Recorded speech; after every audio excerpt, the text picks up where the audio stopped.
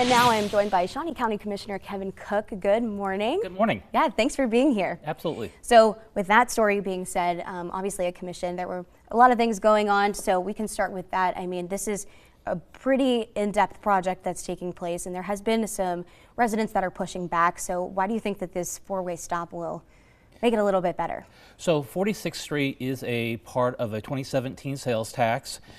We are doing the reconstruction of 46th Street, adding a roundabout at Green Hills Road, and then we'll be doing an additional lane and sidewalks project. This is a 2-year project, but the road closure is really looking at between now and maybe October, and we have to reroute people around that area. So as we're rerouting people around that 46th and Green Hills area, we have to look at how are people going to get to school, how are we going to have services, and then we look at rerouting onto 62nd Street. For the safety of the public, we put a 4-way stop in at 62nd and Rochester and 62nd Mutton Road. So this is in addition to the stop signs that are there. Okay, and then do you think this is going to cause any extra chaos? I hope that it does not cause any chaos. I don't think that it will. I think that it does add a safety protection, though. We just have to have everybody looking out and looking at being safe and taking a little extra time in the mornings.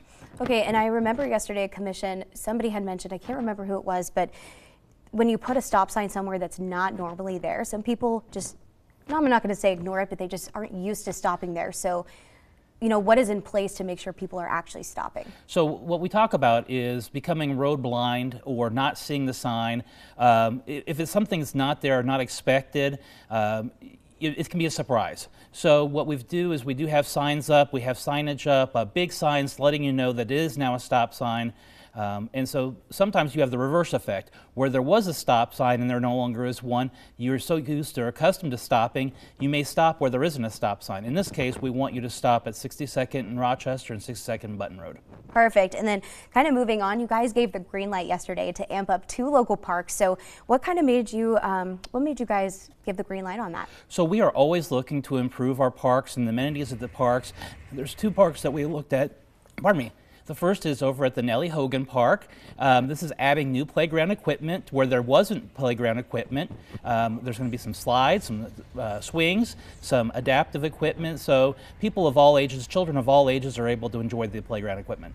And I actually was at Nellie Hogan Park yesterday, and you know, there wasn't a lot there right now, so this will definitely make a difference. So why do you think it's important to keep local parks and the playgrounds full of activities? I think that we have to look at what are we able to do, always adding something additional to the parks for the community to be able to enjoy the green space that's there. Having access for people of all ages, from our children to our adults. Yeah, absolutely. And then how are these parks chosen to receive the new equipment? So part of it is through a grant, the Dreams Grant. Other parts are out of our general budget. And so we also have, in addition to the Horn Park, adding a tipsy-topsy